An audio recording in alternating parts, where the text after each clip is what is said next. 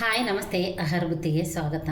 ಇವತ್ತು ನಾನು ಬಾಣತಿಯರಿಗಾಗಿರ್ಬೋದು, ಋತುಮತಿ ಆದವ್ರಿಗಾಗಿರ್ಬೋದು, ವಯಸ್ಸಾದವ್ರಿಗಾಗಿರ್ಬೋದು, ಪಲ್ಯಗಳು ತಿನ್ನೋಕ್ಕಾಗಲ್ಲ ಅಂತೆ ಹಲ್ಲಿಲ್ಲದವ್ರಿಗಾಗಿರ್ಬೋದು, ಅವ್ರಿಗಂತೆ ನಾನು ಒಂದು ಸಪ್ಪೆ ಖಾರ ತಿನ್ನಲಾರ್ದವ್ರಿಗೆ ಪಲ್ಯ ಮಾಡಿ ತೋರಿಸ್ತೀನಿ. ಪಲ್ಯ ಮಾಡೋಕೆ ನಾವೇನು ಯಾವ ಥರ ತರಕಾರಿಗಳಾದರೂ ಹಾಕ್ಕೋಬೋದು. ಅದು ಬಾಣತಿಯರಿಗೆ ಕೊಡೋ ತರಕಾರಿ ಮಾತ್ರ ನಾನು ಹಾಕಿಬಿಟ್ಟು ಮಾಡ್ತಾಯಿದ್ದೀನಿ. ನೋಡಿ, ಬೀನ್ಸು ಒಂದು 7-8 ಆಗೋಷ್ಟು, ಆಮೇಲೆ ನೌಕೋಲು, ಕ್ಯಾರೆಟು, ಆಲೂಗಡ್ಡೆ, ಸಬ್ಬಕ್ಕಿ ಸೊಪ್ಪು ಹಾಕಿದರೆ ಮಾತ್ರ ಹಾಲು ಮಕ್ಕಳಿಗೆ ತುಂಬ ಚೆನ್ನಾಗಿ ಬರುತ್ತೆ. ಜಾಸ್ತಿನೇ ಸಬ್ಬಕ್ಕಿ ಸೊಪ್ಪು ಹಾಕಿ ನೀವು ಸಾಂಬಾರಾದರೂ ಮಾಡ್ಬೋದು, ಪಲ್ಯ ಆದರೂ ಮಾಡಿಕೊಡ್ಬೋದು.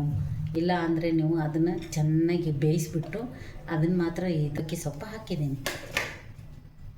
ಇವಾಗ ನಾನು ಫಸ್ಟ್ ಸಬ್ಬಕ್ಕಿ ಸೊಪ್ಪು ಹಾಕಿದ್ದೀನಿ, ಆಮೇಲೆ ಆಲೂಗಡ್ಡೆ ಹಾಕ್ತಾಯಿದ್ದೀನಿ. ಎಲ್ಲ ನೀಟಾಗಿ ಕಟ್ ಮಾಡಿ ನಾನು ತೊಳೆದು ಇಟ್ಕೊಂಡಿದ್ದೀನಿ. ಇವಾಗ ಬೀನ್ಸ್ ಹಾಕ್ತಾಯಿದ್ದೀನಿ. ಬೀನ್ಸು, ಕ್ಯಾರೆಟು, ನೌಕೋಲು ಎಲ್ಲ ಹಾಕಿಬಿಟ್ಟು, ಯಾಕಂದರೆ ನಾವು ಶೀತದ ಪದಾರ್ಥ ಕೊಡೋದಿಲ್ಲ, ಅದಕ್ಕೋಸ್ಕರ ನಾನು ಈ ಥರ ತರಕಾರಿ ಎಲ್ಲ ಬೇಯಿಸ್ಬಿಟ್ಟು ಕೊಟ್ಟರೆ ಮಾತ್ರ ಹಾಲು ಮಕ್ಕಳಿಗೆ ಚೆನ್ನಾಗಿ ಬರುತ್ತೆ. 1 ಸ್ಪೂನ್ ಆಗೋಷ್ಟು ಅರಿಶಿನ ಪುಡಿ ಹಾಕೋಣ. ಸ್ವಲ್ಪ 1 ಸ್ಪೂನ್ ಆಗೋಷ್ಟು ಜೀರಿಗೆ ಹಾಕ್ಕೊತಾ ಇದ್ದೀನಿ.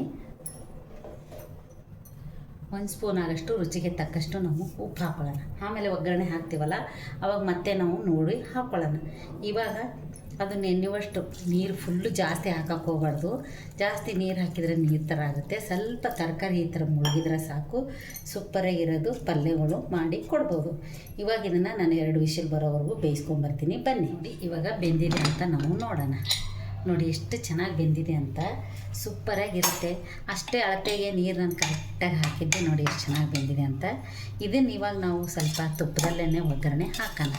ನೋಡಿ ಹೇಗಿದೆ ಅಂತ, ಸೂಪರಾಗಿ ಬೆಂದಿದೆ.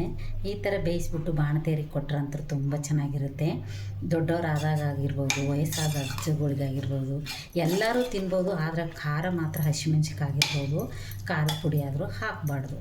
ಸ್ವಲ್ಪ ಬೇಕಂದರೆ ಲೈಟಾಗಿ ಸಾಂಬಾರು ಪೌಡ್ರ್ ಹಾಕೋಬೇಕು, ಪೆಪ್ಪರ್ ಪೌಡ್ರ್ ಹಾಕೊಂಡು ಮಾಡಿ ಕೊಡ್ಬೋದು. ಇವಾಗ ಇದನ್ನು ಒಂದು ಒಗ್ಗರಣೆ ಹಾಕೋಣ. ಬನ್ನಿ. ನೋಡಿ, ಒಗ್ಗರಣೆ ಹಾಕ್ಕೊಳಕ್ಕೆ ನಾವೇನು ತೊಗೋಬೇಕಂದ್ರೆ, ನೋಡಿ, ಒಂದು ದಪ್ಪ ಇರೋ ಗಡ್ಡೆ ಬೆಳ್ಳುಳ್ಳಿ ಜಜ್ಕೋಬೇಕು. ಅದರಲ್ಲೇ 1 ಸ್ಪೂನ್ ಆಗೋಷ್ಟು ಮೆಣಸು ಜೀರಿಗೆ ನಾವು ಹಾಕಿಬಿಟ್ಟು ಸ್ವಲ್ಪ ಕುಟ್ಕೊಳ್ಳೋಣ. ಮೆಣಸು ಜೀರಿಗೆ ಹಾಕಿಬಿಟ್ಟು ಕುಟ್ಟಿದ್ರೆ ಮಾತ್ರ ಸೂಪರಾಗಿರುತ್ತೆ. ಬಾಣತೇರಿಗೆ ಮೆಣಸು ಜೀರಿಗೆ ಎಷ್ಟು ಕೊಡ್ತೀವಿ ಬೆಳ್ಳುಳ್ಳಿ ಅಷ್ಟೇ ಒಳ್ಳೆಯದು. ಇವಾಗ ಅದಕ್ಕೆ ನಾನು ಬಾಣತೇರಿಗಂತೆ ನಾನು ಮಾಡಿ ನಿಮಗೆ ತೋರಿಸ್ತಾ ಇದ್ದೀನಿ. ಈ ಥರ ಚೆನ್ನಾಗಿ ಕುಟ್ಕೊಂಡ್ಬಿಟ್ಟು ನಾವು ಒಗ್ಗರಣೆ ಹಾಕಿಬಿಟ್ರೆ ಮಾತ್ರ ಸೂಪರಾಗಿರುತ್ತೆ. ಯಾರೆಲ್ಲ ಫಸ್ಟು ನಮ್ಮ ವಿಡಿಯೋ ನೋಡ್ತಾ ಇದ್ದೀರಾ, ಒಂದು ಸಬ್ಸ್ಕ್ರೈಬ್ ಮಾಡ್ಕೊಳ್ಳಿ, ಲೈಕ್ ಕೊಡಿ. ಆದರೆ ನಿಮಗೆ ಫಸ್ಟ್ ನಾವು ಹಾಕೋ ವಿಡಿಯೋ ಎಲ್ಲ ನೋಟಿಫಿಕೇಷನ್ ಆಗುತ್ತೆ.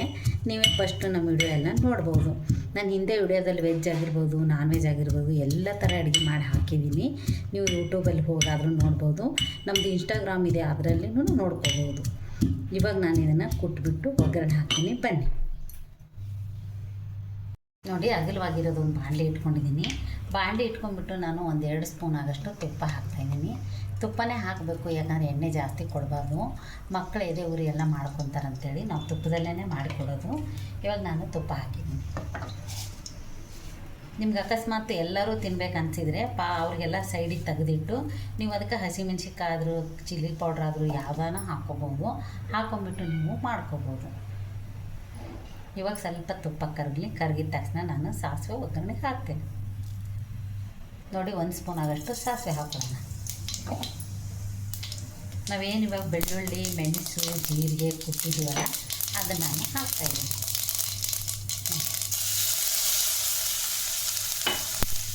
ಹಾಗೆ ನಾವು ಹಸಿ ಕರಿಬೇವು ಸೊಪ್ಪೆ ಹಾಕಬೇಕು, ಅಂದರೆ ಚೆನ್ನಾಗಿರುತ್ತೆ.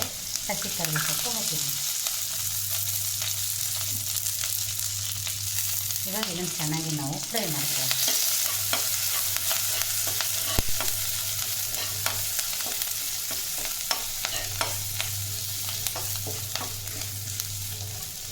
ಬೆಳ್ಳುಳ್ಳಿ, ಕರಿಬೇವು ಸೊಪ್ಪು, ಮೆಣಸು, ಜೀರಿಗೆ ಚೆನ್ನಾಗಿ ಸ್ವಲ್ಪ ಇದು ಫ್ರೈ ಆದ ತಕ್ಷಣ ನಾವು ಏನು ತರಕಾರಿ ಎಲ್ಲ ಬೇಯಿಸಿಟ್ಕೊಂಡಿದ್ದೀವಲ್ಲ ಅದನ್ನು ತರಕಾರಿ ಇವಾಗ ಸುರಿಯೋಣ. ನೋಡಿ ಎಷ್ಟು ಚೆನ್ನಾಗಾಗುತ್ತೆ ಅಂದರೆ, ಇದು ಒಂದು ಸತಿ ನೀವು ಟ್ರೈ ಮಾಡಿ ನೋಡಿ ಹೇಗಾಗುತ್ತೆ ಅಂತ ನಿಮ್ಗೆ ಗೊತ್ತಾಗುತ್ತೆ. ತುಂಬ ಟೇಸ್ಟು ಚೆನ್ನಾಗಿರುತ್ತೆ. ಎಲ್ಲರೂ ತಿನ್ಬೋದು. ಸಪ್ಪೆ ತಿನ್ನೋದು ಮಾತ್ರ ತೆಗೆದಿಟ್ಬಿಟ್ಟು ನೀವು ಖಾರ ಹಾಕ್ಕೋಬೋದು. ನೋಡಿ ಎಷ್ಟು ಚೆನ್ನಾಗಿರುತ್ತೆ ಅಂತ. ಇದು ಸ್ವಲ್ಪ ಅದೇ ನೀರಲ್ಲೇ ಸ್ವಲ್ಪ ಬೇಯಲಿ. ನೀರು ಹಾಕೋ ಅವಶ್ಯಕತೆಯೇ ಇರೋಲ್ಲ. ಇದು ಅದೇ ನೀರಲ್ಲೇ ಸ್ವಲ್ಪ ಬೆಂದರೆ ತುಂಬ ಚೆನ್ನಾಗಿರುತ್ತೆ. ಟೇಸ್ಟ್ ಮಾತ್ರ ಸಖತ್ತಾಗಿರುತ್ತೆ. ಈಗ 1 ನಿಮಿಷ ಇದಕ್ಕೆ ನಾವು ಮುಚ್ಚೋಣ. 1 ನಿಮಿಷ ಇದಕ್ಕೆ ನಾನು ಮುಚ್ಚಳ ಮಾಡ್ತೀನಿ. ನೀವು ಬೇಕಾದ್ರೆ ಉಪ್ಪು ಖಾರ ನೋಡ್ಕೊಂಬಿಟ್ಟು ನೀವು ಹಾಕೋಬೋದು. ನೀವು ಬೇಕಂದರೆ ಖಾರ ಹಾಕೋಬೋದು, ಹಸಿಮೆಣ್ಸಿನ್ಕಾಯಿ ಹಾಕೋಬೋದು. ನಾವು ಮನೇಲಿ ಬಾಣ್ತಿ ಇರೋದಕ್ಕೆ ನಾನು ಸಪ್ಪೆ ಮಾಡ್ತಾಯಿದ್ದೀನಿ. ಈ ಥರ ಒಂದು ನೀವು ತರಕಾರಿಗಳಿದ್ರೆ ಟ್ರೈ ಮಾಡಿ ನೋಡ್ಬೋದು. ಇವಾಗ ಸ್ವಲ್ಪ 1 ನಿಮಿಷ ಬೇಯಲಿ ನೋಡಿ. ಇವಾಗ ತೆಗೆದು ನೋಡೋಣ. ನೋಡಿ ಎಷ್ಟು ಚೆನ್ನಾಗಿದೆ ಅಂತ. ಟೇಸ್ಟ್ ಮಾತ್ರ ನಾನೇ ಹಾಕೋದೇ ಬೇಡ, ಅಷ್ಟು ಚೆನ್ನಾಗಾಗಿದೆ. ಕರೆಕ್ಟಾಗಿ ಅದ್ರ ಅಳತೆಗೆ ನೀರು ಹಾಕಿದರೆ ಸಾಕು, ಈ ಥರ ಪಲ್ಯ ರೆಡಿ ಆಗಿರ್ತದೆ. ಅವರಿಗೆ ಬಿಸಿ ಬಿಸಿ ರೈಸ್ ಆಗಿರ್ಬೋದು, ಮುದ್ದೆ ಆಗಿರ್ಬೋದು, ತೆಳ್ಳಗೆ ಇಲ್ಲ ಜೋಳದ ರೊಟ್ಟಿ ಆಗಿರ್ಬೋದು, ಚಪಾತಿ ಆಗಿರ್ಬೋದು, ಮೆತ್ತಗೆ ಮಾಡಿಕೊಟ್ರೆ ಸೂಪರಾಗಿ ತಿನ್ಕೊತಾರೆ. ಇವಾಗ ನೋಡಿ ಪಲ್ಯ ಎಷ್ಟು ಚೆನ್ನಾಗಾಗಿದೆ ಅಂತ. ಬೇಕನ್ಸಿದ್ರೆ ನೀವು ಕೊತ್ತಂಬರಿ ಸೊಪ್ಪು ಹಾಕಬಾರ್ದು, ನಿಮ್ಗೆ ಬೇಕನ್ಸಿದ್ರೆ ನೀವು ಹಾಕ್ಕೋಬೋದು. ನಾನು ಕೊತ್ತಂಬರಿ ಸೊಪ್ಪು ಹಾಕ್ತಾಯಿಲ್ಲ, ಹಾಕಿದರೆ ಅಷ್ಟು ಚೆನ್ನಾಗಿರಲ್ಲ, ಮಕ್ಕಳು ಹಾಲು ಕುಡಿತಾರಂತ. ಈ ಥರ ಪಲ್ಯ ನಾನು ಮಾಡಿದ್ದೀನಿ. ಎಲ್ಲ ತರಕಾರಿಗಳು ಹಾಕಿ ನಾನೆಲ್ಲ ಥರ ಪಲ್ಯ ಎಲ್ಲ ಥರ ತರಕಾರಿ ಕಟ್ ಮಾಡಿ ನಾನು ಮಾಡಿರೋ ಪಲ್ಯ ನಿಮ್ಗೆ ಇಷ್ಟ ಆದಲ್ಲಿ ಲೈಕ್ ಮಾಡಿ, ಶೇರ್ ಮಾಡಿ, ಸಬ್ಸ್ಕ್ರೈಬ್ ಮಾಡಿ. ನಮಸ್ತೆ.